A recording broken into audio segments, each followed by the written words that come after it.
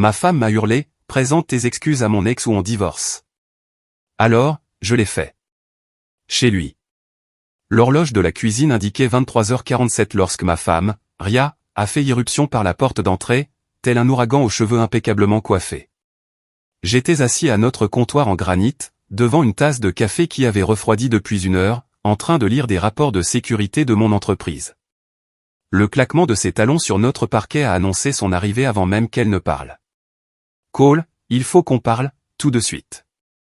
J'ai levé les yeux de mon ordinateur portable, observant son visage empourpré et la façon dont ses mains tremblaient légèrement alors qu'elle posait son sac à main de créateur.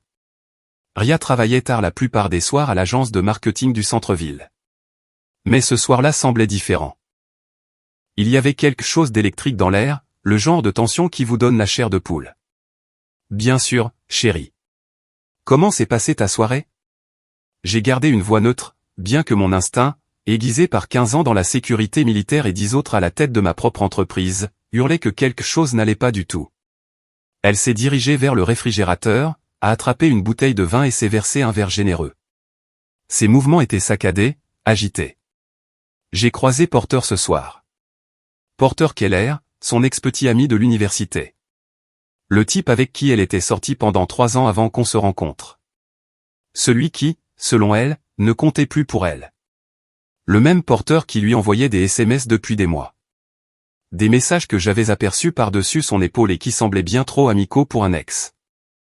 Oh, comment va Porter ces temps-ci, ai-je demandé, en fermant mon ordinateur portable pour lui accorder toute mon attention. Ria a pris une longue gorgée de vin avant de répondre. Il est contrarié, Cole. Vraiment contrarié. Il dit que tu as été hostile envers lui, que tu le mets mal à l'aise chaque fois que vous vous croisez en ville. J'ai failli rire. Hostile? La seule interaction que j'avais eue avec Porter au cours des 6 derniers mois était une brève rencontre à l'épicerie où je lui avais fait un signe de tête poli et j'avais continué mon chemin. Mais j'ai gardé une expression neutre. Je ne suis pas sûr de comprendre, Ria. Quand ai-je été hostile? Ses yeux ont brillé d'une lueur que je n'ai pas tout à fait su identifier.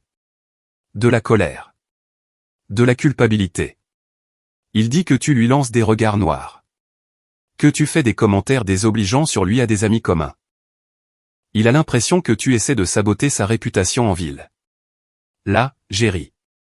Un aboiement bref qui a résonné sur le carrelage de notre cuisine. Saboter sa réputation, Ria. Je pense à peine à Porter Keller, et encore moins à perdre mon temps à parler de lui à d'autres personnes. Elle a claqué son verre de vin si fort que j'ai craint qu'il ne se brise.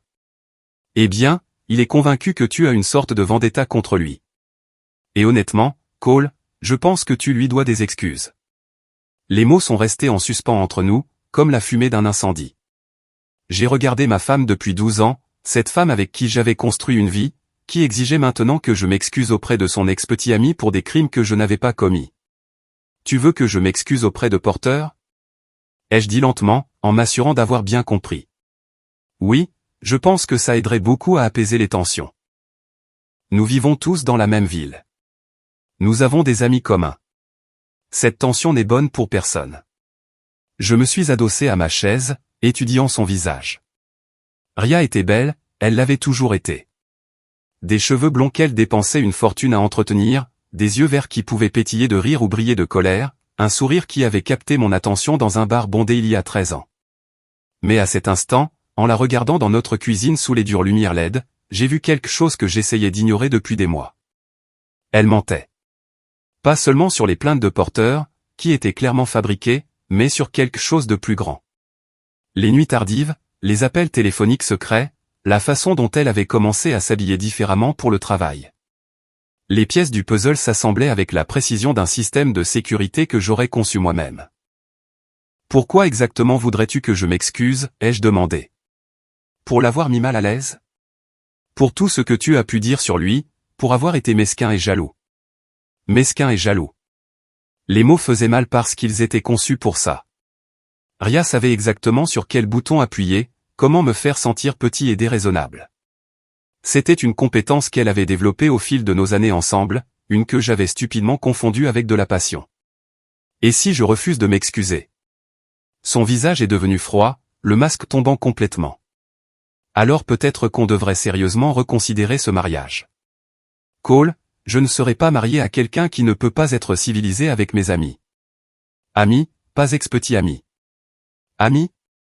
Je me suis levé lentement, ma stature d'1,83 m projetant une ombre sur l'îlot de la cuisine. Tu sais quoi, Ria? Tu as tout à fait raison.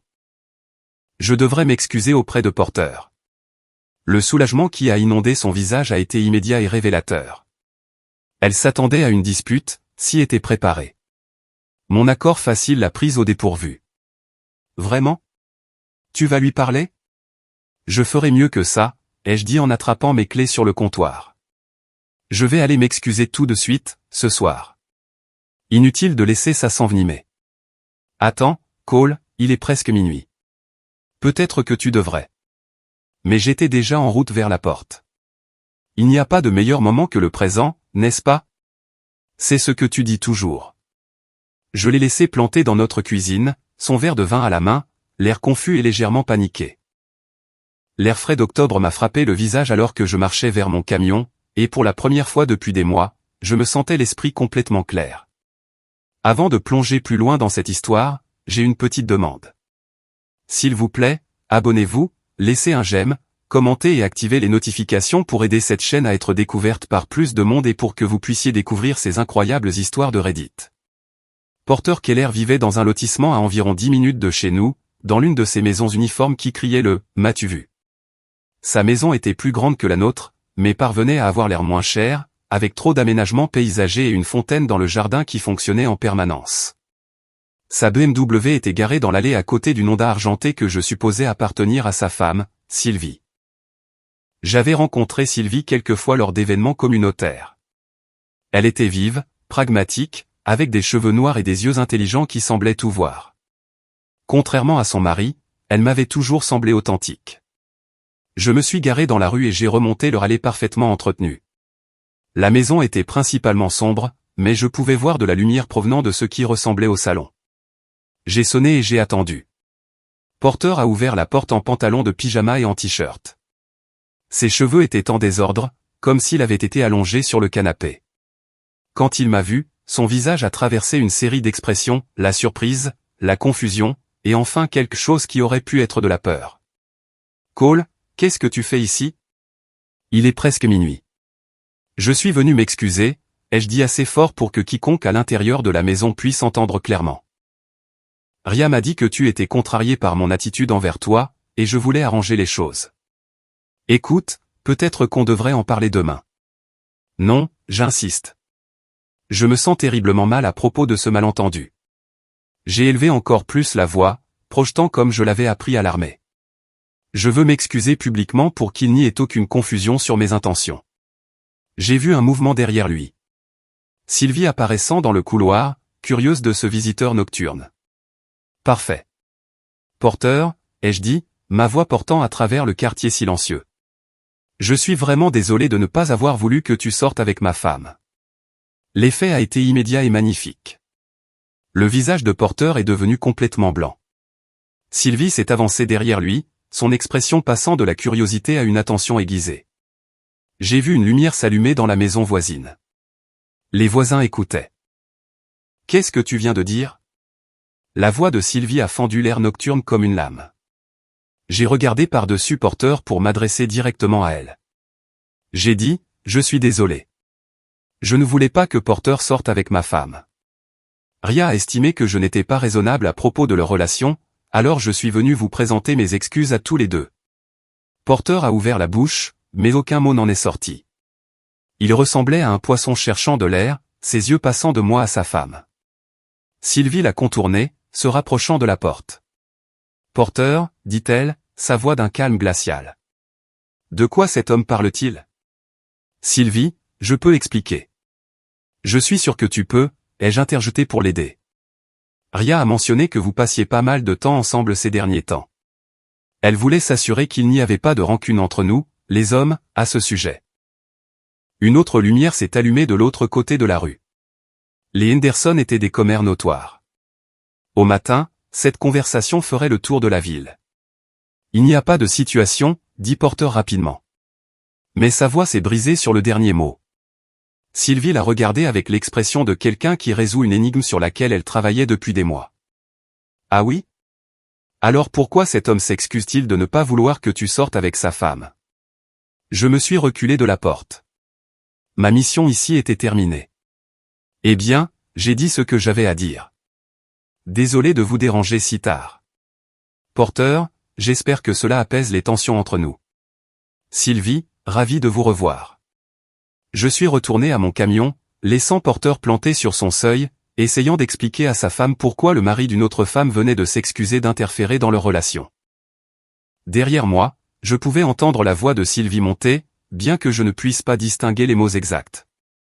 Le trajet du retour m'a donné le temps de réfléchir à ce que je venais de déclencher. Pendant des mois, j'avais ignoré les signes, trouvé des excuses au comportement de Ria, me convainquant que mes soupçons n'étaient que de la paranoïa. Mais cette nuit avait tout cristallisé. Ma femme avait une liaison avec son ex-petit ami, et elle avait été assez stupide pour m'impliquer dans sa dissimulation. Ria attendait dans le salon quand je suis rentré, faisant les 100 pas sur notre tapis persan. Elle s'est retournée brusquement quand elle m'a entendu entrer. « Que as-tu fait » a-t-elle exigé. « Exactement ce que tu as demandé. » Je me suis excusé auprès de Porter. « Cole, ton téléphone n'arrête pas de sonner. » Madame Henderson a appelé. Les Johnson ont appelé. Qu'est-ce que tu lui as dit? Je me suis assis dans mon fauteuil en cuir. Celui dont Ria se plaignait toujours qu'il n'allait pas avec sa décoration soigneusement choisie. Je lui ai dit que j'étais désolé de ne pas vouloir qu'il sorte avec ma femme. Tu as dit qu'il me trouvait hostile à propos de votre relation, alors j'ai abordé le sujet directement. Son visage a pris plusieurs teintes de rouge. Tu lui as dit ça devant Sylvie et les voisins. Je voulais être minutieux. Salaud, a-t-elle sifflé. Tu savais exactement ce que tu faisais. J'ai regardé ma femme, je l'ai vraiment regardée, et j'ai senti quelque chose de froid s'installer dans ma poitrine. Pas exactement de la colère, quelque chose de plus calculateur. Ah oui? Parce que je pensais que je ne faisais que suivre les instructions de ma femme pour m'excuser auprès de son ami. N'est-ce pas ce que tu voulais? Elle m'a fixé pendant un long moment, et je pouvais la voir essayer de deviner ce que je savais, ce que j'avais deviné. Finalement, elle s'est tournée et s'est dirigée d'un pas raide vers les escaliers. On en reparlera demain, dit-elle sans se retourner. J'attends ça avec impatience, ai-je lancé après elle. Je suis resté assis dans mon fauteuil pendant un long moment après qu'elle soit montée, pensant à l'expression sur le visage de Porter, à la façon dont les yeux de Sylvie s'étaient aiguisés de compréhension, aux lumières s'allumant dans les maisons des voisins.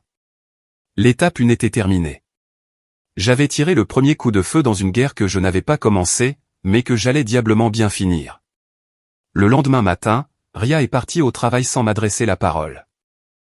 Elle se déplaçait dans notre chambre comme si j'étais invisible, choisissant sa tenue avec un soin particulier, une robe rouge qui n'était certainement pas une tenue de bureau standard. Son téléphone vibrait constamment pendant qu'elle se préparait, et elle répondait à chaque SMS avec l'urgence d'un chirurgien répondant à une urgence. J'ai préparé du café et des toasts, jouant le rôle du mari inconscient tandis que mon esprit parcourait les possibilités. 15 ans dans la sécurité m'avaient appris que l'information, c'est le pouvoir, et en ce moment, j'opérais à l'aveugle. Cela devait changer. Après le départ de Ria, je me suis rendu à mon bureau en centre-ville. Merrick Security Solutions occupait le 3e étage d'un entrepôt reconverti avec suffisamment d'équipements de surveillance pour faire pâlir de jalousie la NSA. Mon associé, Gab Morrison, était déjà à son bureau quand je suis arrivé, entouré de multiples moniteurs affichant un code qui ressemblait à des hiéroglyphes numériques. « Salut, rayon de soleil », dit Gab sans lever les yeux. « Tu as l'air de quelqu'un qui a passé la nuit à planifier la domination du monde. » Gab avait 5 ans de moins que moi, un ancien spécialiste des communications de la Navy qui pourrait pirater Fort Knox s'il en avait envie. Plus important encore, il était l'une des rares personnes en qui j'avais une confiance absolue. « J'ai besoin d'une faveur », ai-je dit en m'installant dans la chaise en face de son poste de travail.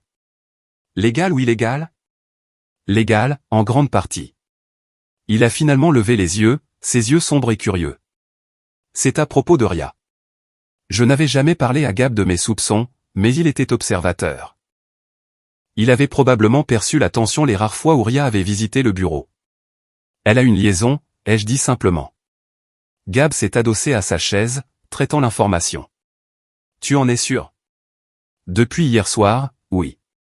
La question est de savoir depuis combien de temps ça dure et à quel point c'est profond. De quoi as-tu besoin? J'ai sorti mon téléphone et lui ai montré un numéro que j'avais mémorisé des appels récents de Ria. C'est Porter Keller. J'ai besoin de tout savoir sur son empreinte numérique. Email, réseaux sociaux, dossiers financiers. Si tu peux les obtenir légalement. Et ta femme? La même chose, mais avec prudence. Elle n'est pas très douée en technologie, mais elle n'est pas stupide non plus. Gab a fait craquer ses doigts comme un pianiste se préparant pour un concert. À quel point on parle de légalité? Rien qui nous ferait arrêter ou nous ferait perdre nos contrats gouvernementaux. Mais si des informations se trouvent être publiquement disponibles ou insuffisamment sécurisées. Je comprends parfaitement, dit Gab avec un sourire qui m'aurait inquiété si j'avais été à la réception. Donne-moi quelques heures. J'ai passé la matinée à examiner des dossiers de clients légitimes, mais mon esprit ne cessait de dériver vers la nuit précédente. À l'heure du déjeuner, j'avais pris une décision qui aurait horrifié l'homme que j'étais 24 heures plus tôt. Je suis rentré chez moi pendant la pause déjeuner de Ria, sachant qu'elle serait au bureau. Notre maison semblait différente, comme une scène de crime en attente d'être analysée. Je suis allé directement dans notre chambre et j'ai commencé à chercher méthodiquement. Ria gardait une petite boîte à bijoux sur sa commode à laquelle je n'avais jamais prêté beaucoup d'attention. À l'intérieur, sous les perles de sa grand-mère, j'ai trouvé une clé que je ne reconnaissais pas. Elle était petite, en laiton, du genre qui pourrait ouvrir un coffre-fort ou un casier. Le tiroir de sa table de chevet a donné des résultats plus intéressants. Un reçu d'un restaurant cher où je n'étais jamais allé, daté de 3 semaines.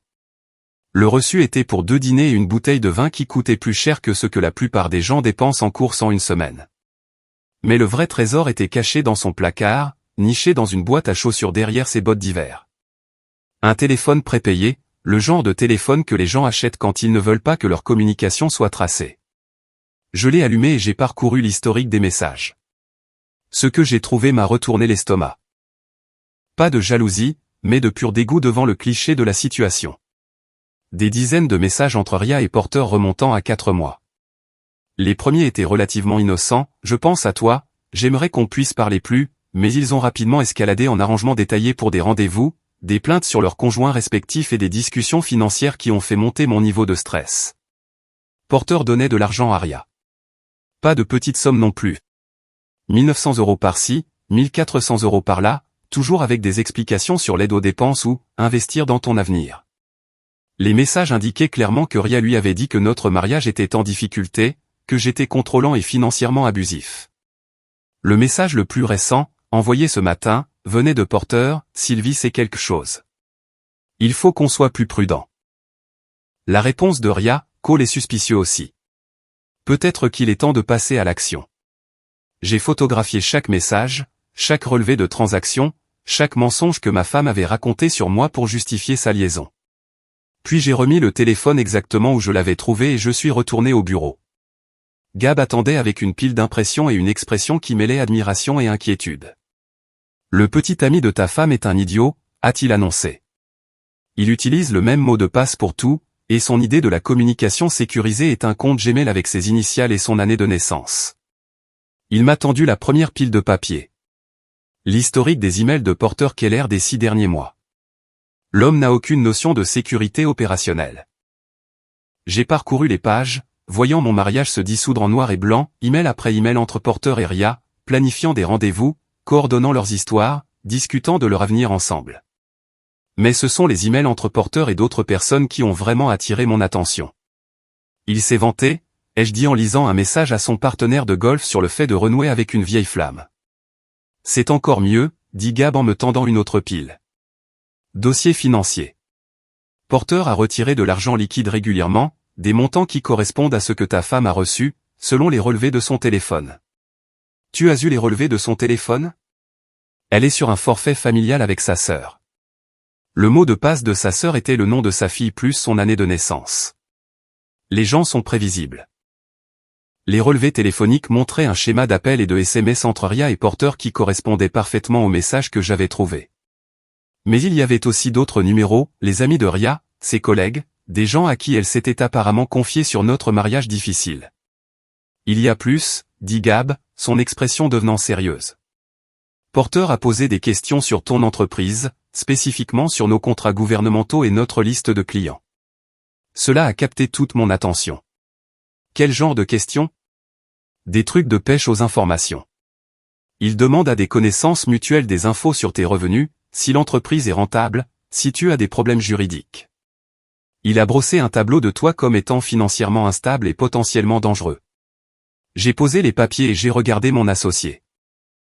Dangereux comment? Vétéran en colère avec accès à du matériel de surveillance et une dent contre l'ex-petit ami de sa femme. Il a été très subtil, mais il prépare définitivement le terrain pour quelque chose. Les pièces se sont emboîtées avec une précision mécanique. Porter et Ria n'avaient pas seulement une liaison. Ils construisaient un dossier contre moi. Probablement en prévoyant de prétendre que j'étais abusif ou instable, donnant à Ria un motif de divorce et à Porter une excuse pour ses propres problèmes de mariage. Quelle part de tout ça tiendrait devant un tribunal, ai-je demandé. Gab a haussé les épaules. Les emails sont des preuves légitimes d'une liaison. Les aspects financiers montrent un schéma de tromperie. Mais s'ils sont intelligents, ils prétendront que c'était un soutien émotionnel pour une femme maltraitée. Heureusement, ils ne sont pas intelligents. J'ai passé le reste de l'après-midi à étudier les preuves, à la recherche de schémas et de faiblesses. Porter et Ria avaient été négligents, laissant des traces numériques partout. Mais plus important encore, ils m'avaient sous-estimé. Ils voyaient un consultant en sécurité d'âge moyen qui s'était installé dans son mariage. Ce qu'ils ne voyaient pas, c'était un homme qui avait passé des années à apprendre à identifier les menaces, à recueillir des renseignements et à neutraliser les ennemis. À 17h, j'avais un plan. Je suis rentré à la maison et j'ai préparé le dîner. Saumon avec légumes rôtis, l'un des plats préférés de Ria. J'ai mis la table avec notre belle porcelaine, ouvert une bouteille de vin et attendu. Ria est rentrée à 19h30, l'air nerveuse et distraite. Elle s'est arrêtée net en voyant la table de la salle à manger. Qu'est-ce que c'est que tout ça? A-t-elle demandé avec méfiance. Je voulais m'excuser pour hier soir, ai-je dit en tirant sa chaise. Je me rends compte que j'ai mal géré la situation avec Porter. Elle s'est assise prudemment, comme si elle s'attendait à ce que la chaise s'effondre. Tu m'as embarrassé, Cole, et tu as humilié Porter et Sylvie. Je sais. J'étais jaloux et mesquin, exactement comme tu l'as dit. J'ai versé du vin dans son verre, jouant parfaitement le mari contrit. J'ai réfléchi à ce que tu as dit sur le fait de reconsidérer notre mariage. Ses yeux se sont aiguisés d'intérêt. Et peut-être que tu as raison. Peut-être que nous nous sommes éloignés. Peut-être qu'il est temps d'être honnête sur ce que nous voulons tous les deux. Je pouvais voir son esprit s'emballer, essayant de savoir si c'était un piège ou une opportunité. Elle a pris une gorgée de vin, rassemblant son courage. Cole, il y a quelque chose que je dois te dire. Je t'écoute. Porter et moi. Nous avons beaucoup parlé. De tout. De nos mariages, de nos avenirs, de nos sentiments. Je vois. Elle s'est penchée en avant, les yeux brillants de la ferveur de quelqu'un qui avait répété ce discours. Nous n'avons jamais voulu que quoi que ce soit se produise, mais nous avons une connexion. Une vraie connexion. Quelque chose que je n'ai pas ressenti depuis des années. Depuis combien de temps? Ai-je demandé doucement. 4 mois. Mais Cole, ce n'est pas ce que tu penses. Ce n'est pas seulement physique. Nous nous comprenons. Nous voulons les mêmes choses. J'ai hoché la tête pensivement, comme un homme traitant une nouvelle dévastatrice pour la première fois. Qu'est-ce que cela signifie pour nous? Je pense que... Elle a fait une pause, choisissant ses mots avec soin. Je pense que nous devrions nous séparer. Nous donner de l'espace pour découvrir ce que nous voulons vraiment. Et Porter? Qu'en est-il de son mariage? Sylvie est distante depuis des années. Ils sont essentiellement des colocataires à ce stade. La nuit dernière a probablement juste accéléré quelque chose qui était déjà en cours. J'ai pris une bouchée de saumon, mâchant lentement tout en considérant ses paroles. C'est beaucoup à digérer, Ria. Je sais, mais je pense que c'est pour le mieux. Pour nous deux. Où irais-tu? Je pourrais rester chez ma sœur pendant un certain temps. Ou Porter a mentionné qu'il pourrait bientôt prendre son propre appartement. Bien sûr qu'il l'avait mentionné. J'ai fini mon vin et j'ai regardé ma femme de l'autre côté de notre table à manger, entourée de la vie que nous avions construite ensemble, et je n'ai ressenti qu'un froid calcul. J'ai besoin de temps pour y réfléchir, ai-je dit finalement. Le soulagement a inondé son visage. Prends tout le temps dont tu as besoin. Mais Cole, je veux que tu saches que ça n'a pas besoin d'être moche. On peut gérer ça comme des adultes. Après le dîner, Ria est montée prendre un bain. J'ai nettoyé la cuisine, chargé le lave-vaisselle, puis je suis descendu dans mon bureau au sous-sol. J'avais du travail à faire. J'ai étalé les impressions de Gab sur mon bureau et j'ai commencé à planifier la destruction systématique de la nouvelle relation de ma femme. Porter et Ria pensaient jouer aux échecs, mais ils avaient apporté des dames à une partie de jeu de guerre. À minuit, j'avais un calendrier, une liste de cibles et une stratégie qui les laisserait tous les deux souhaiter avoir choisi d'autres conjoints à trahir. La partie était officiellement lancée. 3 jours après la confession de Ria au dîner, je sirotais une bière au Murphy's Tavern. Le genre d'établissement populaire où tout le monde connaissait les affaires de tout le monde et où l'intimité était un concept étranger. Les sols étaient collants, les néons clignotaient, et le jukebox n'avait pas été mis à jour depuis l'administration Clinton. C'était parfait pour ce que j'avais prévu. Le Murphy's était un territoire neutre dans notre petite ville. L'endroit où les ouvriers du bâtiment, les chefs de bureau et les retraités venaient tous se plaindre de leur vie autour de boissons bon marché. Plus important encore, c'était là que Porter Keller et ses copains jouaient au billard tous les jeudis soirs. J'y venais depuis 2 semaines, m'établissant comme un habitué, payant des tournées et écoutant les ragots. Ce soir-là, j'étais prêt à passer à l'action. Une autre bière, Cole, demanda Jenny, la barmaid qui travaillait au Murphy's depuis avant l'existence des smartphones. Bien sûr, dis-je en faisant glisser ma bouteille vide sur le bar en bois marqué. Soirée calme. Donne-lui 1 heure. La foule d'après-travail commence tout juste à arriver. Comme sur un signal, la porte s'est ouverte et Porter est entré avec 2 autres hommes que je reconnaissais de la ville. Il m'a vu immédiatement. Nos regards se sont croisés à travers la pièce enfumée, mais il ne pouvait pas vraiment partir sans que cela paraisse suspect. Porter m'avait évité depuis la nuit où je m'étais excusé sur son seuil. Selon le réseau de renseignement de Gab, Sylvie l'avait mis à la porte le soir même. Il logeait dans un motel du centre-ville tout en cherchant soi-disant un appartement. « Bonsoir, Porter », ai-je lancé joyeusement alors qu'il s'approchait du bar. « Comment se passe la recherche d'appartement ?» Son visage s'est crispé, mais ses amis regardaient, alors il a dû répondre. « Bien, merci. Je devrais avoir quelque chose de trouvé bientôt. » C'est super. Sylvie doit être contente d'avoir la maison pour elle toute seule pendant un moment. Un de ses amis, un type nommé Rick qui travaillait à la Syrie, a semblé confus.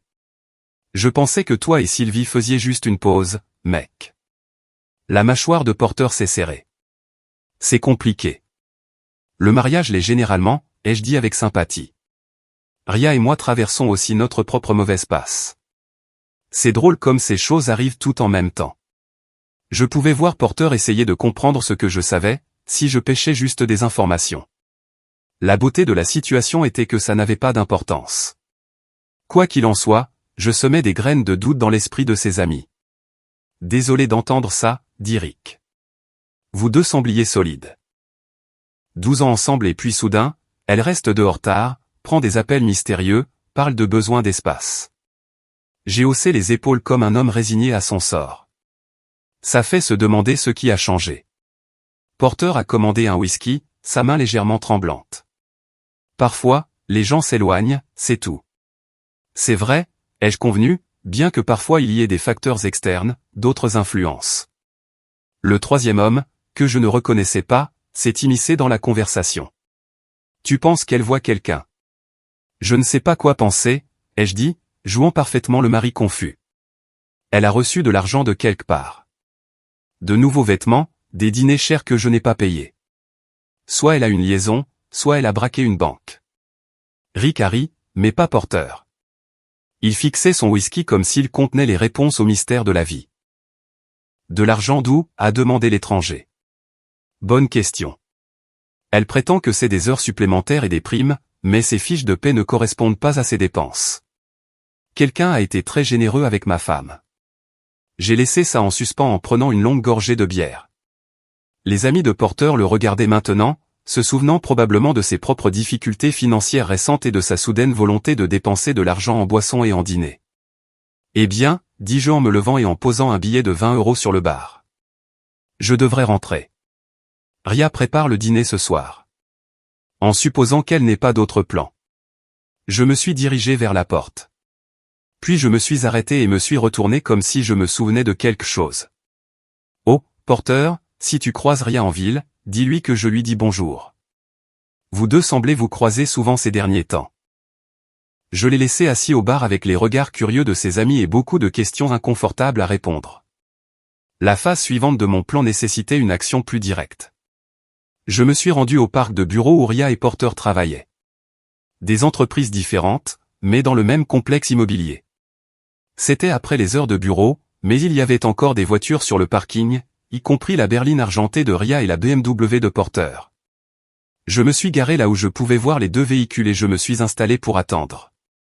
20 minutes plus tard, ils sont sortis ensemble du bâtiment, marchant près l'un de l'autre sans se toucher, parlant à voix basse comme des conspirateurs.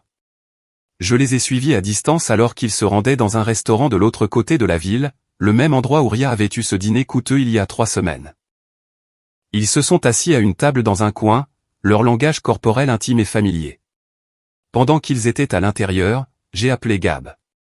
J'ai besoin que tu envoies un email anonyme. À qui, lui ai-je dit. À la femme de Porter. Je veux qu'elle sache où son mari dîne ce soir et avec qui. Cole, tu es sûr de ça? Une fois qu'on commence les mesures actives, il n'y a pas de retour en arrière. J'en suis sûr. Envoie l'email depuis un compte jetable. Fais en sorte que ça ressemble à un ami inquiet qui ne veut pas s'impliquer directement. Qu'est-ce que tu veux que je dise exactement? J'ai regardé à travers la fenêtre du restaurant alors que Porter tendait la main pour toucher celle de Ria. Dis à Sylvie que son mari est au restaurant Romanoès sur la 5e rue en train de dîner avec une femme mariée nommée Ria Merrick. Inclus l'heure et la date. Laisse-la tirer ses propres conclusions. C'est fait. Autre chose? Pas ce soir, mais commence à travailler sur la phase 2. Je veux les dossiers financiers de Porter, son historique d'emploi, tout ce qui pourrait être utile si ça devient compliqué. Je suis rentré chez moi et j'ai attendu. Ria est revenue à 23h30, prétendant avoir travaillé tard sur un projet. Elle était d'une humeur inhabituellement bonne, fredonnant en se préparant pour le lit. Comment s'est passée ta soirée?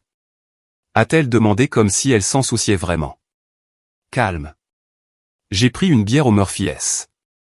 J'y ai croisé Porter. Son fredonnement s'est arrêté. Oh, comment ça s'est passé? Bien. Il semblait stressé par quelque chose. Probablement la séparation d'avec Sylvie. Dit-elle d'un ton neutre, mais je pouvais voir son esprit travailler. En fait, je me sentais un peu mal pour lui. Ses amis posaient beaucoup de questions sur la raison pour laquelle son mariage s'est effondré si soudainement. Ria s'est tournée pour me regarder, son expression soigneusement neutre. Quel genre de questions? Les trucs habituels. S'il y avait quelqu'un d'autre impliqué, comment ils sont passés d'un couple apparemment heureux à une séparation du jour au lendemain? Tu sais comment les gens parlent. Qu'est-ce que tu leur as dit? Rien. Ce ne sont pas mes affaires. J'ai fait une pause, faisant semblant de réfléchir. Bien que j'ai mentionné que toi et moi avions nos propres problèmes. Je me suis dit que ça pourrait enlever un peu de pression à Porter si les gens savaient qu'il y avait plusieurs mariages en difficulté. Elle s'est légèrement détendue. C'était attentionné de ta part. J'essaie d'être prévenant envers les situations des autres. Le lendemain matin a apporté le premier vrai résultat de ma campagne. Gab a appelé alors que je prenais mon café et que Ria se préparait pour le travail. Sylvie Keller a demandé le divorce hier, a-t-il rapporté. Audience d'urgence demandant la séparation immédiate des biens et une ordonnance restrictive. Une ordonnance restrictive. Apparemment, Porter est rentré chez lui hier soir après son dîner et a trouvé ses affaires sur la pelouse. Quand il a essayé d'entrer dans la maison, Sylvie a appelé la police. J'ai jeté un coup d'œil vers les escaliers où j'entendais Ria bouger dans notre chambre. Y a-t-il mention d'adultère dans la demande? Oh, oui. L'avocat de Sylvie a été très spécifique sur la relation extra-conjugale continue de Porter avec une femme mariée. Il demande tout, la maison, son compte de retraite, une pension alimentaire. Comment Porter le prend-il? Selon mes sources au palais de justice, pas bien. Il a essayé de soutenir que le mariage était déjà terminé, mais apparemment Sylvie avait des documents prouvant le contraire. Des relevés de cartes de crédit récents, des déclarations de revenus conjointes, tout le tout-team. Ria est apparue en bas des escaliers, vêtue d'un tailleur noir qui était définitivement nouveau. Son téléphone vibrait constamment, mais elle l'ignorait. « Je dois y aller », ai-je dit à Gab. « Tiens-moi au courant. »« Tout va bien », a demandé Ria, bien que son attention soit clairement ailleurs. « Juste des trucs de boulot. »« Tu sembles distraite ce matin. » Elle a jeté un coup d'œil à son téléphone alors qu'il vibrait à nouveau. « Ce n'est rien, juste des drames de bureau. »« Je peux aider ?»« Non, c'est bon. Je devrais y aller. » Elle m'a embrassé sur la joue, un geste qui ressemblait plus à une habitude qu'à de l'affection, et s'est dirigée vers la porte.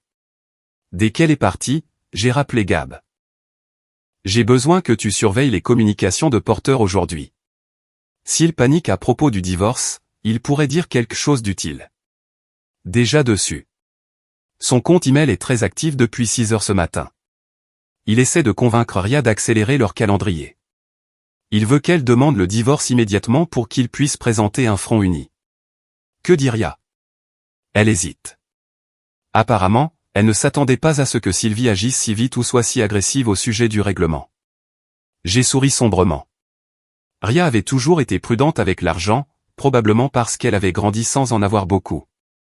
L'idée de perdre la moitié de nos actifs dans un divorce la terrifierait, surtout si elle n'était pas sûre que Porter pourrait la soutenir par la suite. Continue de surveiller. Et Gab commence à travailler sur la situation professionnelle de Porter. Je veux tout savoir sur son travail, son patron, ses évaluations de performance. Tu prévois de le faire virer? Je prévois de lui donner assez de cordes pour qu'il se pende. Cet après-midi-là, je suis passé devant le motel de Porter. Sa BMW était sur le parking, l'air triste et déplacé parmi les pick UPS et les voitures économiques. Je me suis garé de l'autre côté de la rue et j'ai appelé la réception du motel.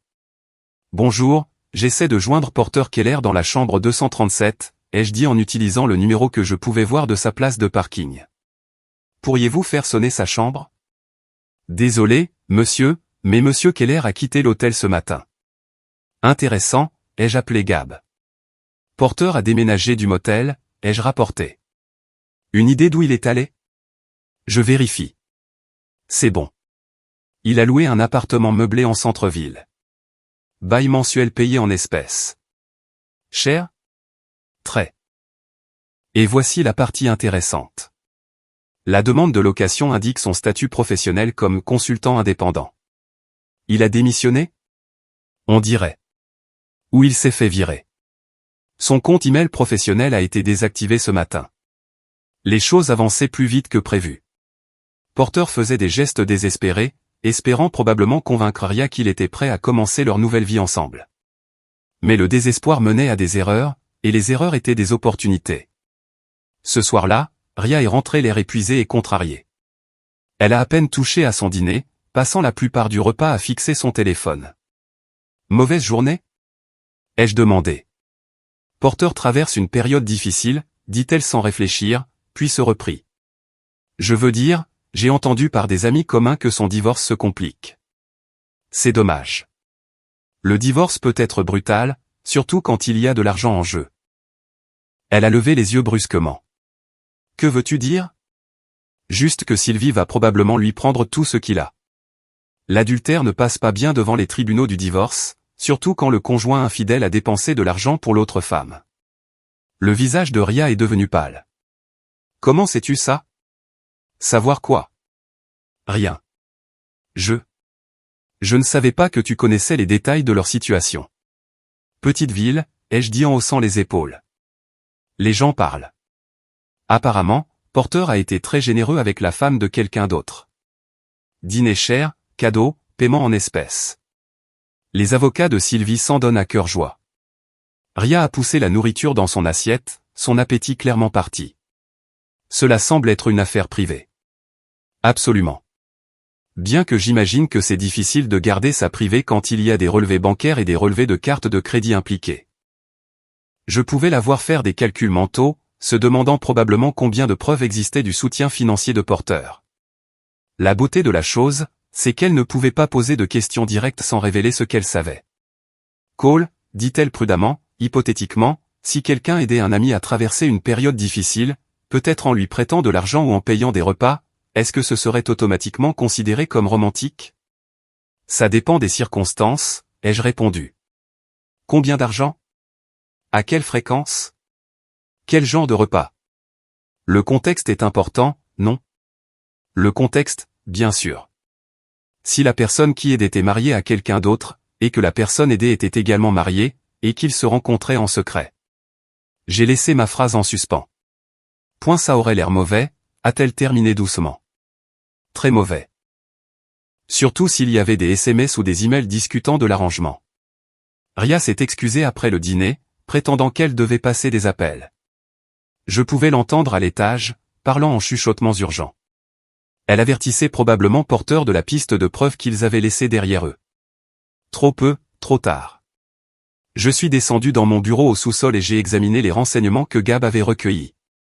Porter et Ria étaient en pleine panique, leur communication montrant un désespoir croissant à mesure que la réalité de leur situation s'imposait. Mais ils n'avaient encore rien vu. Demain, j'allais considérablement intensifier les choses. Vendredi matin a apporté la pluie et le genre de ciel gris qui correspondait parfaitement à mon humeur.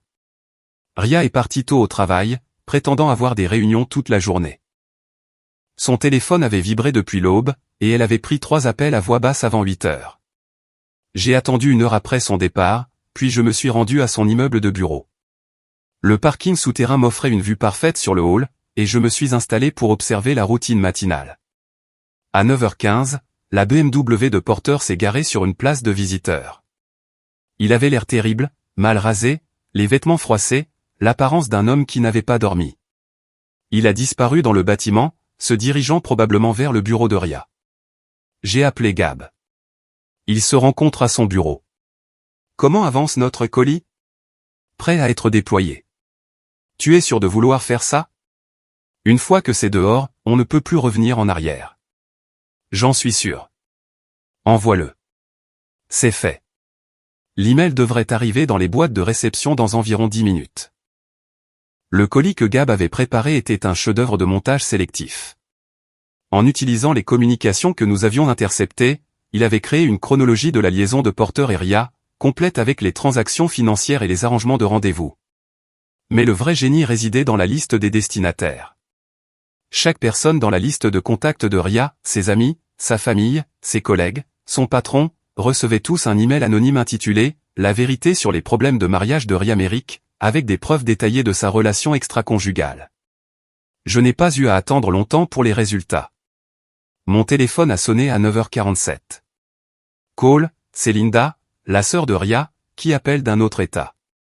Salut Linda, quoi de neuf? Je viens de recevoir l'email le plus étrange à propos de Ria.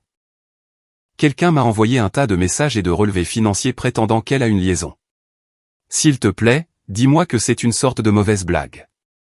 J'ai laissé un silence s'étirer un moment, comme un homme traitant une nouvelle choquante. Quel genre de message? Des conversations SMS entre elle et un homme nommé Porter. Des plans de rendez-vous. Des discussions sur le fait de quitter leur conjoint. Des transferts d'argent. Call. Certains de ces messages datent de la semaine dernière. Je ne sais pas quoi te dire, Linda. Est-ce vrai? Est-ce que Ria te trompe? Une autre pause, plus longue cette fois. J'avais mes soupçons. Oh, Call, je suis tellement désolé. Pourquoi n'as-tu rien dit? Qu'est-ce que j'étais censé dire? J'espérais me tromper. Linda a passé les 10 minutes suivantes à s'excuser pour sa sœur et à offrir son soutien. Au moment où nous avons raccroché, elle était convaincue que Ria était une tricheuse manipulatrice qui avait menti à tout le monde sur son mariage. Mon téléphone a sonné 6 autres fois dans l'heure qui a suivi. Les amis de Ria, sa tante, 2 collègues, tous appelant soit pour offrir de la sympathie, soit pour exiger des explications. J'ai joué le rôle du mari dévasté à la perfection, confirmant les détails à contre-cœur et exprimant mon choc devant l'étendue des preuves. À 11h30, Ria a appelé. Call, il faut qu'on parle, tout de suite. Je suis au bureau. Qu'est-ce qui ne va pas? Quelqu'un a envoyé des emails sur nous à tout le monde que je connais. Mon patron m'a convoqué à une réunion. Mes amis m'envoient des SMS sans arrêt. Ma mère est en larmes. Que as-tu fait? Je n'ai rien fait, Ria. Quel genre de mais? Ne joue pas à l'idiote. Des captures d'écran de messages privés, des relevés bancaires, des heures et des lieux de rendez-vous. Quelqu'un m'a espionné. Peut-être que la femme de Porter a découvert plus que tu ne le pensais. N'as-tu pas dit qu'elle était en colère à propos du divorce? Il y eut une longue pause. Sylvie n'aurait pas accès à mes communications, n'est-ce pas? Porter a logé dans des hôtels et des appartements de location. Peut-être qu'il n'a pas été aussi prudent avec ses appareils qu'il le pensait. Je pouvais l'entendre respirer lourdement, essayant probablement de comprendre dans quel pétrin elle se trouvait. Cole, je sais à quoi ça ressemble, mais je peux tout expliquer. Ah oui? Parce que d'après ce que les gens me disent, tu prévois de me quitter depuis des mois. Ce n'est pas si simple. Ça me semble plutôt simple. Tu as une liaison, tu prends de l'argent d'un autre homme, et tu mens à tout le monde en disant que notre mariage est en difficulté. Où es-tu? A-t-elle exigé. À mon bureau. Pourquoi? Reste là. J'arrive. Elle a raccroché avant que je puisse répondre. J'ai immédiatement appelé Gab. Ria est en route. Quelle est l'ampleur des retombées? Spectaculaire. Sa boîte email professionnelle a été inondée de réponses. La moitié de ses amis la défendent, l'autre moitié la condamne, et tous transfèrent les messages à d'autres personnes. Et Porter? Il a sa propre crise. Son ancien patron a appelé pour retirer une offre d'emploi. Apparemment, quelqu'un a transféré les emails à son ancienne entreprise. Son propriétaire pose des questions sur sa capacité à payer le loyer. Et 3 personnes différentes l'ont appelé pour lui demander s'il était le porteur mentionné dans les messages. Parfait. Quelle est notre prochaine étape? Ça dépend de l'agressivité que tu veux adopter. J'ai assez d'informations pour détruire complètement leurs 2 réputations, mais ce serait l'option nucléaire. Attendons pour l'instant. Voyons comment il gère cette crise. Ria est arrivée 20 minutes plus tard, l'air d'avoir pleuré. Son maquillage était coulé, ses cheveux en désordre, et ses mains tremblaient alors qu'elle s'asseyait en face de mon bureau. Cole, j'ai besoin que tu m'aides à découvrir qui a fait ça. Pourquoi t'aiderais-je? Parce que celui qui a envoyé ces emails a violé ma vie privée. Il a piraté des communications personnelles et les a distribuées sans permission. C'est un crime. Je me suis adossé à ma chaise, étudiant le visage de ma femme. L'adultère aussi, dans certains états. Il ne s'agit pas d'adultère. Il s'agit de quelqu'un qui détruit systématiquement ma vie. Ta vie? Et ma vie? Et notre mariage? Elle a regardé autour de mon bureau, observant l'équipement de surveillance et les systèmes informatiques. C'est toi qui as fait ça, n'est-ce pas? Fais quoi? Ne me mens pas, Cole. Tu as l'équipement, l'expertise, le mobile. Tu as envoyé ces emails. Je me suis levé lentement, mon expression se durcissant. Tu m'accuses d'avoir piraté tes communications? Je te demande si tu l'as fait. Et moi, je te demande si tu as une liaison avec Porter Keller depuis 4 mois tout en me mentant sur le fait de travailler tard et d'avoir besoin d'espace dans notre mariage. Nous nous sommes regardés fixement de part et d'autre de mon bureau.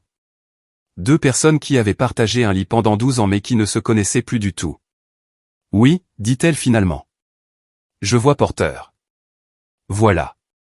C'était si difficile? Mais je n'ai jamais voulu que ça arrive. On s'est croisés à une conférence, on a commencé à parler, on a réalisé qu'on avait encore des sentiments l'un pour l'autre. Des sentiments qui incluaient le fait qu'il te donne des milliers d'euros.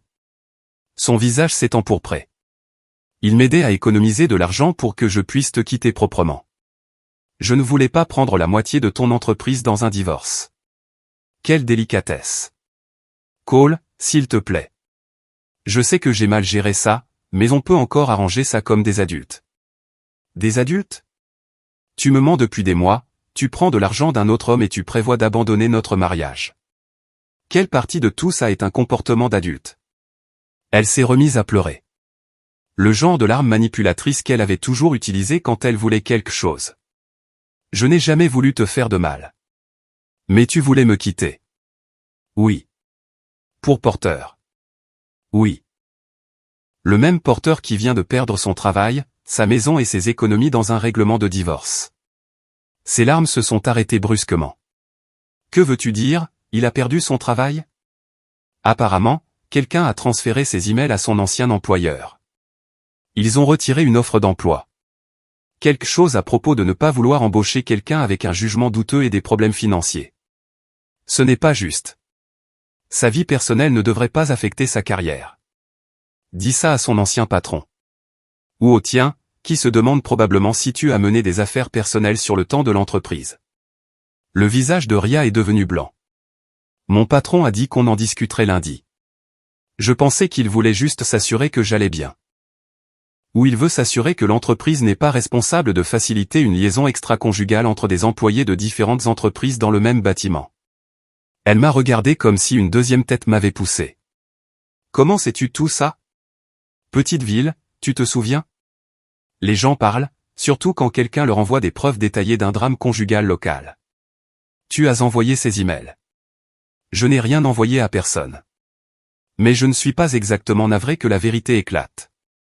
Ria s'est levée brusquement, sa chaise raclant le sol. Je veux le divorce. D'accord. Je veux la moitié de tout. Tu peux vouloir ce que tu veux. Ce que tu obtiendras dépend de nombreux facteurs. Qu'est-ce que ça veut dire?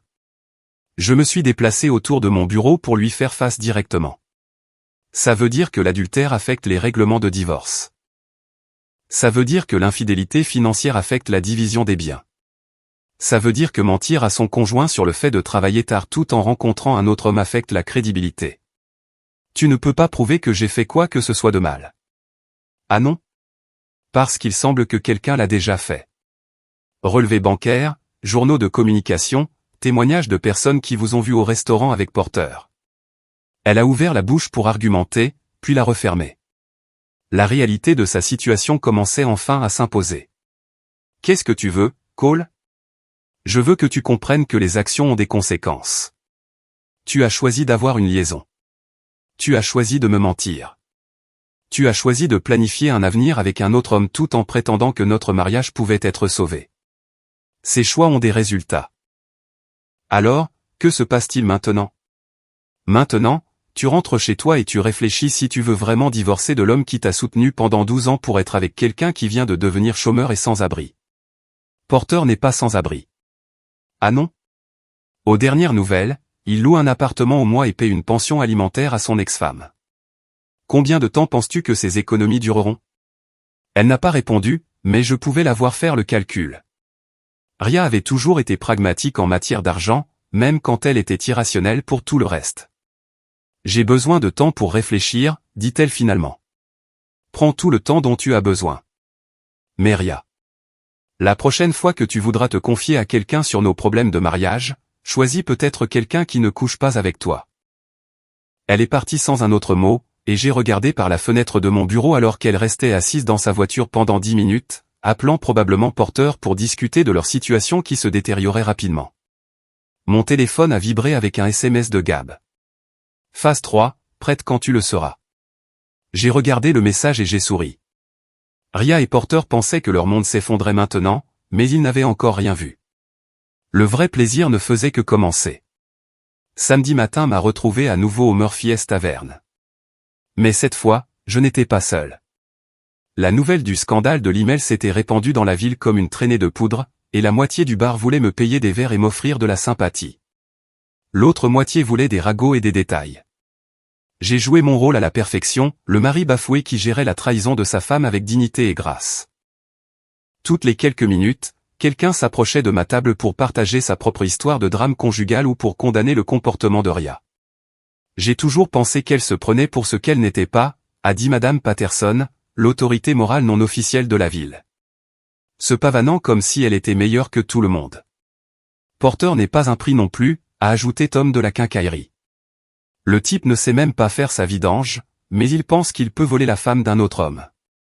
Je sirotais ma bière et écoutais l'assassinat de leur caractère avec des réponses appropriées, des hochements de tête reconnaissants, des soupirs résignés, un rire amer occasionnel. À midi, l'opinion publique s'était cristallisée. J'étais la victime, Ria était la méchante, et Porter était le pathétique briseur de ménage. À 12h30, Porter lui-même est entré au Murphy's. La conversation s'est tue instantanément. 20 paires d'yeux se sont tournés pour le regarder s'approcher du bar. Le visage rouge, les mouvements saccadés par l'énergie nerveuse. Il a commandé un whisky et l'a bu d'un trait, puis en a commandé un autre. J'ai attendu 5 minutes avant de m'approcher de lui. Porter, ai-je dit doucement. Semaine difficile. Il s'est tourné vers moi, les yeux rouges et hostiles. Espèce de... Attention, ai-je interrompu en jetant un coup d'œil au bar. Beaucoup de gens regardent. Il a suivi mon regard et a vu la foule de locaux faisant semblant de ne pas le fixer. Sa mâchoire s'est serrée, mais il a baissé la voix. Tu as détruit ma vie. Ah oui? Et comment ai-je fait ça, exactement? Ces emails, les relevés financiers, la chronologie des rendez-vous. Tu nous as observés, tout documenté.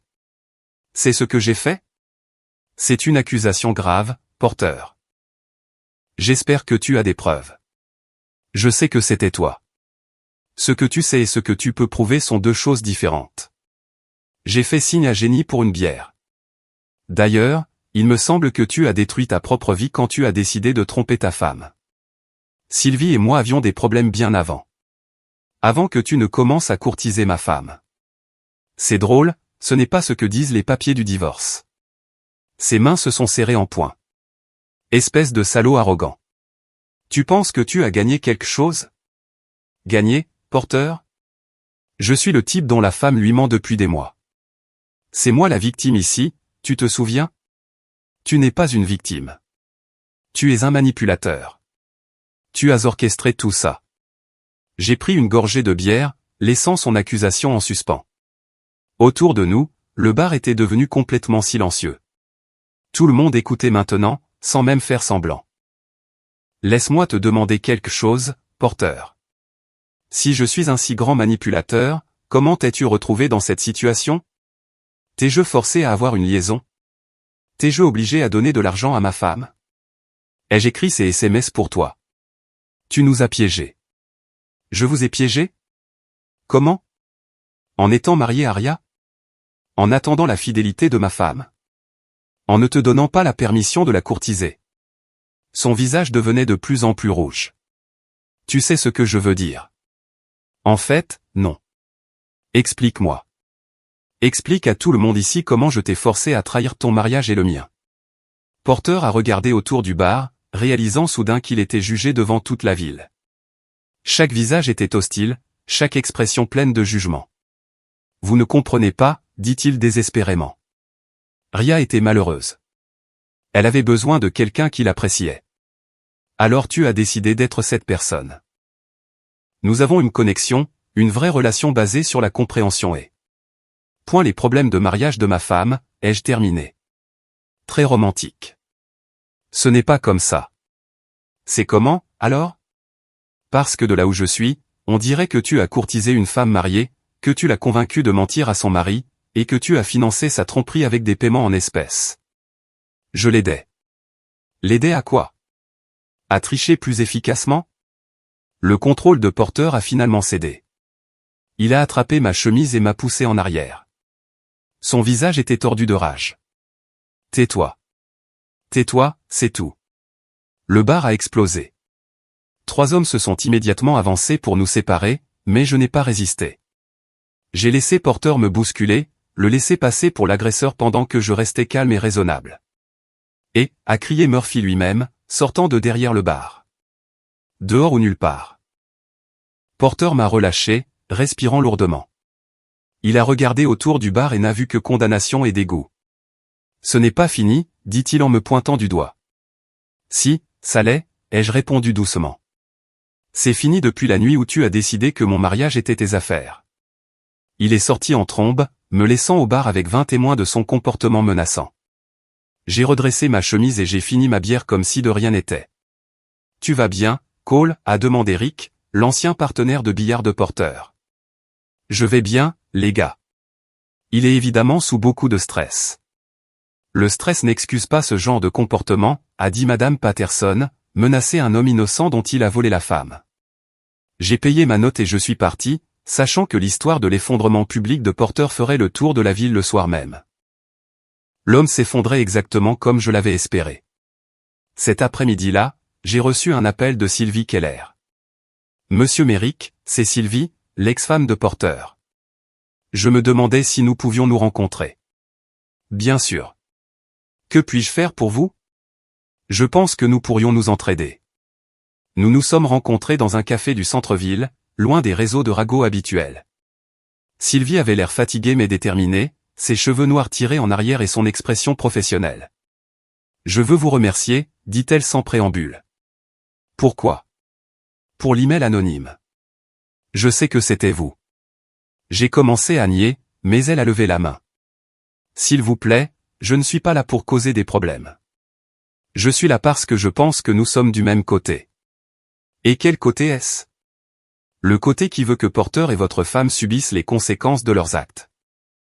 J'ai étudié son visage, cherchant des signes de tromperie ou de manipulation. Tout ce que j'ai vu, c'est une femme qui avait été trahie et qui en était en colère. Quel genre de conséquences?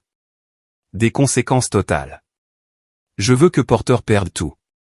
Et je veux que votre femme comprenne que briser des mariages a un prix. C'est beaucoup de colère, Sylvie. 22 ans de mariage, Monsieur Merrick. 22 ans à construire une vie ensemble, et il a tout jeté pour votre femme. Oui, je suis en colère. Que voulez-vous de moi? Elle s'est penchée en avant, les yeux intenses. Des informations, des ressources, une coordination. Je sais que vous avez du matériel de surveillance et une expertise informatique. J'ai des contacts juridiques et des dossiers financiers. Ensemble, nous pouvons nous assurer qu'ils paient tous les deux. Payer comment? Porter a caché des actifs, déplaçant de l'argent sur des comptes qu'il pense que je ne connais pas. Il a également menti à son avocat sur ses revenus et ses perspectives d'emploi. Menti comment? Il a dit à son avocat du divorce qu'il avait un emploi en vue dans un autre État. Il prétend qu'il gagnera plus d'argent que jamais. Mais vous et moi savons qu'il est au chômage et inemployable. J'ai siroté mon café, considérant sa proposition. Que voulez-vous que je fasse à ce sujet? Aidez-moi à prouver qu'il a été frauduleux dans ses déclarations financières. Aidez-moi à documenter sa relation continue avec votre femme. Aidez-moi à montrer au tribunal qu'il a été délibérément trompeur sur sa capacité à payer une pension. Et en retour, je partagerai tout ce que je sais sur leur relation, date, heure, lieu, transactions financières. Je témoignerai dans votre procédure de divorce si nécessaire. C'était tentant. Sylvie avait clairement des ressources et de la motivation, et sa position juridique était plus forte que la mienne. Mais m'allier avec elle signifierait intensifier le conflit au-delà de tout ce que j'avais prévu. J'ai besoin d'y réfléchir, ai-je dit. Ne réfléchissez pas trop longtemps. Porter prévoit de quitter la ville la semaine prochaine. Si nous voulons l'arrêter, nous devons agir vite. Quitter la ville? Lui et votre femme ont parlé de recommencer ailleurs. Un endroit où ils pourront prétendre être les victimes de leurs divorces respectifs. C'était une nouvelle information. J'avais surveillé leur communication, mais apparemment, ils avaient trouvé des moyens plus sûrs de communiquer. Comment savez-vous cela? Sylvie a souri sombrement. Porter n'est pas aussi intelligent qu'il le pense. Il a laissé son ordinateur portable ouvert quand il est venu chercher ses vêtements. J'ai vu les annonces d'appartements qu'il consultait. Tout hors de l'état. Avez-vous prévenu votre avocat? Pas encore. Je voulais d'abord vous parler. J'ai fini mon café et j'ai pris ma décision. De quoi avez-vous besoin que je fasse? Retrouvez-moi demain soir. Je vous montrerai tout ce que j'ai trouvé et nous planifierons notre prochaine étape. Où? L'ancien appartement de Porter. Celui qu'il a partagé avec votre femme 3 fois la semaine dernière. J'ai haussé un sourcil. Comment savez-vous ça? Parce que je le suivais, Monsieur Merrick. Tout comme vous suiviez votre femme. Nous nous sommes serrés la main sur la table du café. 2 époux trahis formant une alliance qui aurait terrifié nos partenaires infidèles s'ils l'avaient su. Mais ils ne le savaient pas. Ils étaient trop occupés à planifier leur fuite pour remarquer le piège qui se refermait sur eux. Ce soir-là, Ria est rentrée avec des nouvelles. J'ai réfléchi à ce que tu as dit, a-t-elle annoncé en s'asseyant en face de moi dans notre salon. Quelle partie? Sur les conséquences et les choix. Tu as raison. J'ai fait des erreurs. Mais Cole, je pense qu'on peut encore arranger les choses. J'ai regardé ma femme, observant son expression sérieuse et ses mots soigneusement choisis. Arranger quoi? Notre mariage. Je sais que je t'ai fait du mal, mais je suis prête à mettre fin aux choses avec Porter si on peut essayer à nouveau. Juste comme ça? Tu es prête à renoncer à ton grand amour pour des considérations pratiques? Son visage s'est empourpré. Ce ne sont pas des considérations pratiques. C'est réaliser ce qui est vraiment important, c'est-à-dire notre vie ensemble, notre histoire, notre avenir. Et Porter? Je pensais que vous aviez une connexion profonde. Nous en avons une, mais les circonstances ont changé. Tu veux dire qu'il est fauché et au chômage? Ce n'est pas ce que je voulais dire. Ah non? Parce que de là où je suis, on dirait que tu es prête à abandonner Porter dès qu'il devient un fardeau au lieu d'un atout. Elle s'est levée brusquement, son sang-froid se fissurant. Ce n'est pas juste. Juste? Ria, tu me mens depuis des mois, tu prévois de me quitter pour un autre homme, et maintenant tu veux faire comme si de rien n'était parce que ton plan B a échoué. Je n'ai jamais voulu te faire de mal. Mais tu étais prête à me faire du mal pour obtenir ce que tu voulais.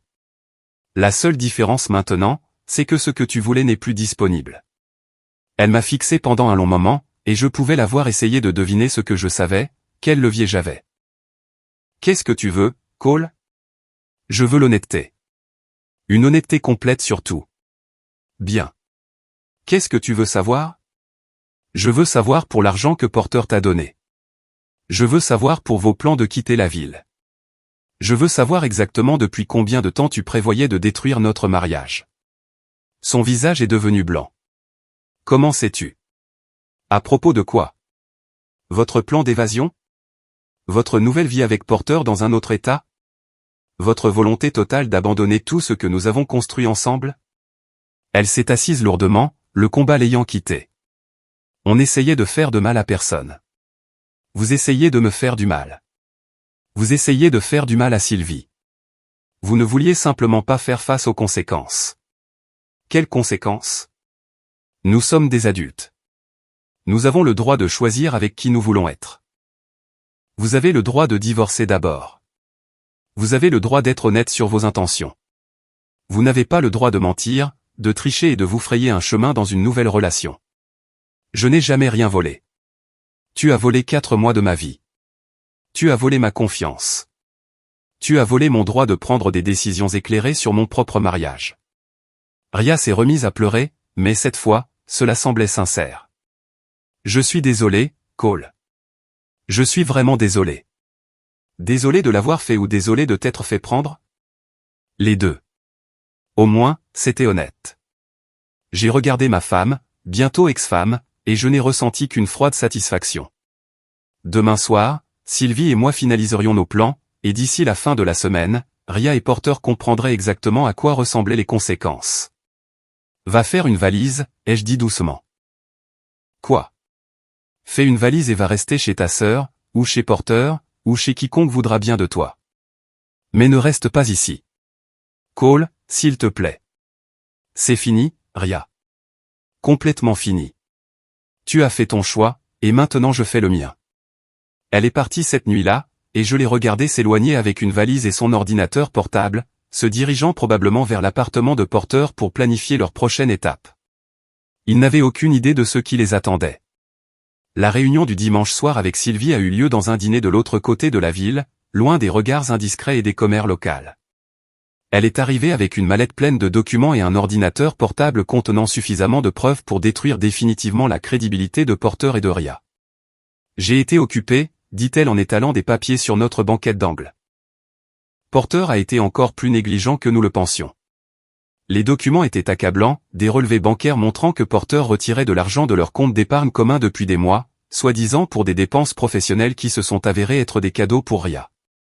Des factures de cartes de crédit de restaurants, d'hôtels et de virées shopping. Des impressions de mai prouvant qu'il avait menti à son avocat sur ses perspectives d'emploi et sa situation financière. C'est de la fraude, ai-je dit en parcourant un document où Porter prétendait n'avoir aucun actif liquide alors qu'il était assis sur 15 000 € en espèces. C'est encore mieux, dit Sylvie en ouvrant son ordinateur portable. Il a utilisé nos cartes de crédit communes pour payer son appartement, ses repas, et même ses rendez-vous avec votre femme. Puis il dit au tribunal du divorce qu'il est en difficulté financière. Et l'emploi qu'il prétendait avoir trouvé? Complètement fictif. J'ai appelé l'entreprise qu'il a mentionnée. Ils n'ont jamais entendu parler de lui. J'ai étudié les preuves, impressionné malgré moi. Comment as-tu obtenu tout ça? 22 ans de mariage vous apprennent ou quelqu'un cache des choses. De plus, Porter n'a jamais changé ses mots de passe après que je l'ai mis à la porte. Ça pourrait le faire arrêter pour parjure. C'est l'idée. Le sourire de Sylvie était assez aiguisé pour couper du verre. Mais je veux plus que des conséquences juridiques. Je veux une destruction sociale. C'est-à-dire? C'est-à-dire que je veux que tout le monde dans cette ville sache exactement quel genre d'homme est Porter Keller. Je veux que sa réputation soit détruite si complètement qu'il devra quitter la ville de honte. Je me suis adossé à la banquette, considérant sa proposition. Et Ria? Quoi, elle? Elle a fait son choix. Qu'elle vive avec les conséquences. Vous supposez qu'elle restera avec Porter quand les choses tourneront mal. Sylvie a ri amèrement. Votre femme n'est pas stupide, monsieur Merrick. Dès que Porter deviendra un fardeau au lieu d'un atout, elle l'abandonnera plus vite qu'un navire en perdition.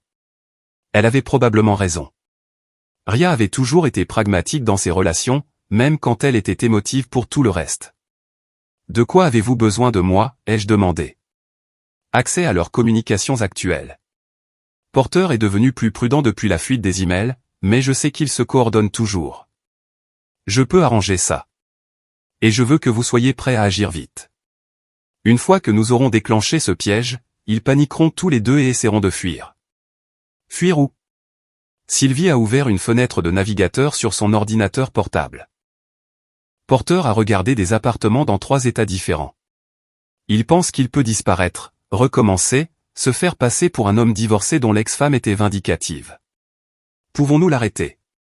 S'il a commis une fraude dans sa procédure de divorce, le tribunal peut geler ses avoirs et restreindre ses déplacements. Mais nous avons besoin de preuves solides de sa tromperie. J'ai pensé aux ressources à ma disposition. L'expertise technique de Gab, mon équipement de surveillance, le réseau de renseignement que nous avions construit la semaine dernière. Je peux vous obtenir des preuves, ai-je dit. Mais je veux quelque chose en retour. Quoi? Je veux que Ria subisse aussi des conséquences. De vraies conséquences, pas seulement de l'embarras ou de la honte sociale. Comme? Des conséquences financières. Des conséquences professionnelles. Je veux qu'elle comprenne que détruire un mariage a un prix. Sylvie a hoché la tête lentement. Je pense que ça peut s'arranger. Nous avons passé l'heure suivante à planifier ce qui ne pouvait être décrit que comme un assaut coordonné contre la crédibilité restante de Porter et Ria. Sylvie s'occuperait des aspects juridiques, déposant des requêtes, fournissant des preuves au tribunal, s'assurant que Porter ferait face à des accusations criminelles pour fraude. Je m'occuperai de la partie technique, recueillant les communications, documentant leurs relations continues, prouvant leur intention de fuir. Quand agissons-nous? Ai-je demandé alors que nous nous préparions à partir. Demain. Porter a une audience au tribunal mardi matin pour le jugement de divorce final. Si nous pouvons prouver la fraude avant cela, le juge lui fera payer le prix fort. Et Ria? Laissez-la moi. J'ai quelques idées sur la façon de rendre ces prochains mois très inconfortables. Nous nous sommes serrés la main sur le parking. 2 personnes unies par la trahison et un désir commun de justice. Ou de vengeance. À ce stade, la distinction n'avait plus beaucoup d'importance. Lundi matin a apporté la phase finale de ma campagne contre ma femme infidèle et son amant. Je suis arrivé au bureau tôt et j'ai trouvé Gab déjà au travail, entouré de l'équivalent numérique de l'artillerie lourde. S'il te plaît, dis-moi que tu as de bonnes nouvelles, ai-je dit. Mieux que bonnes. J'ai la position actuelle de Porter, ses journaux de communication de la semaine dernière, et la preuve qu'il a menti à tout le monde sur sa situation financière. Montre-moi. Gab a affiché une série d'écrans montrant l'activité récente de Porter, retrait bancaire, demande d'appartement, recherche d'emploi dans d'autres États. Mais le plus accablant était les SMS entre lui et Ria discutant de leur plan de quitter la ville ensemble. Il prévoit de fuir, ai-je dit en lisant les messages, demain soir. Porter a convaincu Ria qu'ils doivent disparaître avant que son divorce ne soit finalisé. Où vont-ils? Caroline du Nord. Porter a un cousin là-bas qui lui a offert du travail au noir. Travail au noir. Pas de dossier d'emploi officiel. Exactement. Il prévoit de cacher ses revenus au tribunal tout en prétendant être au chômage et incapable de payer une pension. J'ai étudié les preuves, sentant les pièces d'un puzzle s'emboîter. Peux-tu documenter tout ça dans un format que le tribunal acceptera? Déjà fait. Horodatage légaux, sources vérifiées, tout le package. Et leur position actuelle? L'appartement de Porter. Ils y sont depuis samedi soir, planifiant probablement leur fuite. J'ai appelé Sylvie et j'ai organisé une rencontre au palais de justice. Il était temps de mettre fin à tout ça. L'audience était prévue pour 9 h mardi matin. Sylvie et moi sommes arrivés tôt, armés de suffisamment de preuves pour enterrer Porter définitivement. Son avocate, une femme vive d'esprit nommée Rebecca Chen, a examiné notre documentation avec une satisfaction professionnelle. C'est plus que suffisant pour des accusations de fraude, dit-elle. Parjure, outrage au tribunal, et possiblement association de malfaiteurs criminels si nous pouvons prouver qu'il avait l'intention de fuir la juridiction. Et la confiscation des avoirs, a demandé Sylvie. Tout. Le tribunal gèlera ses comptes, saisira son véhicule, et émettra probablement un mandat s'il ne se présente pas. Porter est arrivé avec 10 minutes de retard, l'air hagard et nerveux. Son avocat semblait également mal à l'aise, sentant probablement que quelque chose avait mal tourné dans leur stratégie. La juge, une femme pragmatique d'une 60aine d'années, a ouvert l'audience et a immédiatement abordé la requête que l'avocate de Sylvie avait déposée. Monsieur Keller, j'ai de sérieuses inquiétudes concernant les déclarations financières que vous avez fournies à ce tribunal. Le visage de Porter est devenu pâle. Votre honneur, j'ai été entièrement honnête sur ma situation financière. Vraiment? Parce que je regarde des relevés bancaires qui montrent d'importants retraits en espèces et des actifs cachés. Son avocat s'est levé rapidement. Votre honneur, nous n'étions pas au courant de preuves supplémentaires. Vous l'êtes maintenant, dit sèchement la juge. Maître Chen, veuillez présenter vos preuves. Ce qui a suivi a été une destruction méthodique de la crédibilité de Porter. Relevés bancaires, relevés de cartes de crédit, documents d'emploi, journaux de communication. Chaque mensonge qu'il avait dit, chaque actif qu'il avait caché, chaque déclaration frauduleuse qu'il avait faite a été exposée dans les moindres détails. Monsieur Keller, dit la juge une fois la présentation terminée, vous avez commis un parjure dans ma salle d'audience. Vous avez tenté d'escroquer votre femme de biens matrimoniaux. Vous avez menti sur votre statut professionnel et votre capacité à payer une pension. Votre honneur, je peux expliquer. Vous pourrez l'expliquer au procureur. Je renvoie cette affaire pour poursuite pénale. L'avocat de Porter avait l'air de vouloir disparaître dans le sol. Votre honneur, peut-être pourrions-nous discuter d'un règlement. Le temps des règlements est passé. Monsieur Keller, je gèle tous vos avoirs en attendant une enquête criminelle. Vous ne devez pas quitter l'État sans la permission de ce tribunal, et vous allez payer à votre femme tout ce qu'elle demande, plus les frais d'avocat et les frais de justice. Le marteau du juge s'est abattu avec finalité. Porter est resté assis dans un silence stupéfait tandis que son avocat prenait frénétiquement des notes et que Sylvie souriait avec une satisfaction sombre. « Qu'est-ce que ça fait » ai-je demandé à Porter en quittant la salle d'audience. Il s'est tourné vers moi, son expression un mélange de rage et de désespoir. « Tu as détruit ma vie. » Non, Porter, tu as détruit ta propre vie. J'ai juste fait en sorte que tout le monde le sache. Ce n'est pas fini. Si, ça l'est. Tu es fauché, au chômage, tu fais face à des accusations criminelles, et ta petite amie est sur le point de découvrir que son gagne-pain vient d'être annulé. Comme sur un signal, mon téléphone a vibré avec un SMS de Gab, Ria essaie de retirer de l'argent de votre compte joint. La banque l'a gelé selon tes instructions. J'ai montré le message à Porter. On dirait que Ria a sa propre crise financière. Il s'est éloigné sans un autre mot, se dirigeant probablement vers son appartement pour annoncer la nouvelle à ma future ex-femme. Cet après-midi-là, Ria a appelé. Cole, il y a un problème avec notre compte en banque. Ah oui? Quel genre de problème? La banque dit qu'il est gelé. Il ne me laisse pas accéder à notre argent. C'est étrange. Tu leur as demandé pourquoi? Ils ont dit qu'il y a une saisie légale sur le compte en attendant la procédure de divorce. Procédure de divorce? Mais nous n'avons pas encore demandé le divorce. C'est ce que je leur ai dit. Cole, j'ai besoin d'accéder à cet argent. J'ai des factures à payer, un loyer à couvrir. Un loyer? Je pensais que tu restais avec Porter. Il y eut une longue pause. Porter a des difficultés financières. Quel genre de difficultés? Son divorce c'est compliqué. Le tribunal a gelé ses avoirs. C'est terrible. J'espère que ça n'affectera pas vos projets de voyage. Une autre pause. Plus longue cette fois. Quel projet de voyage? Ce que toi et Porter avez fait pour quitter la ville demain soir. La Caroline du Nord, n'est-ce pas? Comment? Elle s'est reprise, mais il était trop tard. Point sais-tu pour votre plan d'évasion, Ria? J'ai tout su depuis le début. Ta liaison, tes mensonges, vos plans de disparaître ensemble. Tout. Tu nous as espionnés. Je me suis protégé d'une femme qui prévoyait d'abandonner notre mariage pour un homme qui s'est avéré être un criminel. Porter n'est pas un criminel. En fait, si. Fraude, parjure, outrage au tribunal. Il risque une peine de prison sérieuse.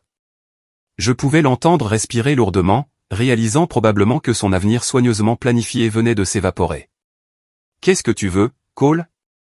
Je veux que tu rentres à la maison pour qu'on puisse discuter des termes du divorce comme des adultes. Et si je ne le fais pas? Alors tu peux te débrouiller pour survivre sans argent, sans référence professionnelle, et avec un petit ami qui est sur le point d'être arrêté. Elle a raccroché sans répondre, mais je savais qu'elle reviendrait. Ria était beaucoup de choses, mais elle n'était pas assez stupide pour se lier à un navire en perdition. Ce soir-là, j'étais assis dans mon salon avec un verre de vin et les papiers du divorce que mon avocat avait préparés. Tout était prêt, la division des biens, la pension alimentaire, la garde de nos dettes communes. Tout était juste, tout était légal, tout était conçu pour donner à Ria exactement ce qu'elle méritait, c'est-à-dire rien. À 21h, j'ai entendu sa voiture dans l'allée. Elle a franchi la porte d'entrée comme un général vaincu, les épaules affaissées et le visage tiré. Bonsoir, Ria. Bonsoir, Cole. Elle s'est assise en face de moi, regardant notre salon comme si elle le voyait pour la première fois. Porter a été arrêté, dit-elle doucement. J'ai entendu dire quelque chose à propos de la violation d'ordonnance du tribunal. Il pense qu'il prévoyait de quitter l'État illégalement. Avais-tu l'intention de partir avec lui? Elle m'a regardé pendant un long moment, pesant probablement ses options. Oui. Mais maintenant, tu es là à la place. Maintenant, je suis là à la place. Je me suis versé un autre verre de vin, ne lui en offrant délibérément pas. Alors, quel est le plan maintenant, Ria? Trouver un autre homme pour te soutenir? Retourner chez ta sœur? Trouver un travail et essayer de reconstruire ta vie? J'espérais qu'on pourrait arranger les choses. Arranger quoi? Notre mariage? Je sais que j'ai fait des erreurs, mais... Des erreurs, Ria? Tu n'as pas fait d'erreur. Tu as fait des choix. Des choix délibérés et calculés pour trahir notre mariage et planifier un avenir avec quelqu'un d'autre. Je n'ai jamais voulu que ça aille aussi loin. Jusqu'où voulais-tu que ça aille? Juste une liaison émotionnelle? Juste un soutien financier? Juste prévoir de me quitter? Elle s'est remise à pleurer, mais cette fois, je n'ai ressenti qu'une froide satisfaction. Je ne sais pas. J'étais confuse, malheureuse, je cherchais quelque chose de différent. Et maintenant, tu l'as trouvé. Félicitations. Cole, s'il te plaît. Je sais que je t'ai fait du mal, mais on peut recommencer. On peut aller en thérapie, surmonter ça. Non, on ne peut pas. Parce que je ne veux pas surmonter ça. Je veux que tu partes. Je lui ai tendu les papiers du divorce. Signe ça et on peut régler ça tranquillement. Refuse, et je m'assurerai que tout le monde en ville sache exactement quel genre de personne tu es vraiment. Elle a lu les documents, son visage devenant plus pâle à chaque page. Ça ne me donne presque rien. Ça te donne exactement ce que tu as contribué à notre mariage au cours des 4 derniers mois. C'est-à-dire rien. Je ne peux pas survivre avec ça. Tu aurais dû y penser avant de décider de détruire notre mariage pour un homme qui s'est avéré être un fraudeur. Elle a posé les papiers et m'a regardé avec quelque chose qui approchait de la haine. Tu as planifié ça, tout ça. Tu as tout manipulé pour être sûr que je perde. Je n'ai rien manipulé, Ria. J'ai juste fait en sorte que la vérité éclate. La vérité selon toi. La vérité selon les relevés bancaires, les journaux de communication, les témoignages et les documents juridiques. La vérité qui montre que tu me mens depuis des mois tout en prévoyant d'abandonner notre mariage. Elle a pris le stylo et a fixé la ligne de signature. Et si je refuse de signer? Alors nous irons au tribunal et un juge décidera comment diviser nos biens. Bien sûr, cela signifie que toutes les preuves de ta liaison deviendront publiques. Tes amis, ta famille, ton employeur. Tout le monde verra exactement ce que tu as fait. Salaud. Signe les papiers, Ria. Elle les a signés avec des mains tremblantes, ses larmes tombant sur les documents juridiques qui mettaient officiellement fin à notre mariage de 12 ans. Voilà, dit-elle en jetant le stylo. Tu es content maintenant. J'ai rassemblé les papiers et je les ai mis dans ma mallette. Je suis satisfait. Quelle est la différence? Content signifierait que j'ai obtenu quelque chose que je voulais. Satisfait signifie que tu as eu ce que tu méritais. Elle est partie cette nuit-là pour la dernière fois, ne prenant que ce que l'accord de divorce lui permettait. Je l'ai regardé s'éloigner et je n'ai ressenti que du soulagement que l'épreuve soit enfin terminée. Porter a été condamné à 6 mois de prison et a remboursé intégralement Sylvie.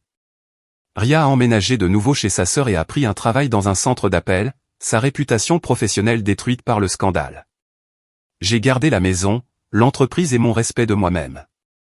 Plus important encore, j'ai appris que parfois, la meilleure vengeance n'est pas de se venger. C'est de s'assurer que la vérité éclate et de laisser les conséquences naturelles suivre leur cours. 6 mois plus tard, j'ai croisé Sylvie à l'épicerie. Elle avait l'air heureuse, détendue, comme une femme qui avait enfin obtenu justice. « Comment vas-tu » a-t-elle demandé. « Bien, vraiment bien. »« Et toi ?»« Excellent. »« Tu as entendu que Porter est sorti de prison la semaine dernière ?»« Je n'étais pas au courant. »« Comment va-t-il ?»« Fauché, sans emploi, et vivant dans un parc de caravanes à 2 villes d'ici. » Ria l'a largué le jour de sa condamnation. Je ne suis pas surpris. Moi non plus. Il s'avère que ta femme n'était intéressée par Porter que lorsqu'il avait de l'argent et des perspectives. Nous avons discuté encore quelques minutes de choses banales. Le temps, les nouvelles locales, des connaissances communes. Alors que nous nous préparions à nous séparer, Sylvie a souri et a dit quelque chose qui a fait que toutes les preuves en valaient la peine. Tu sais, Cole, je ne t'ai jamais vraiment remercié pour ces excuses. Quelles excuses? Celle où tu as dit que tu étais désolé de ne pas vouloir que je sorte avec ta femme. C'est la meilleure chose qui soit jamais arrivée à mon mariage. Elle s'est éloignée en riant et j'ai réalisé qu'elle avait tout à fait raison. Parfois, la chose la plus honnête que vous puissiez dire est exactement ce que les gens ne veulent pas entendre. Et parfois, cette honnêteté est la vengeance la plus dévastatrice de toutes.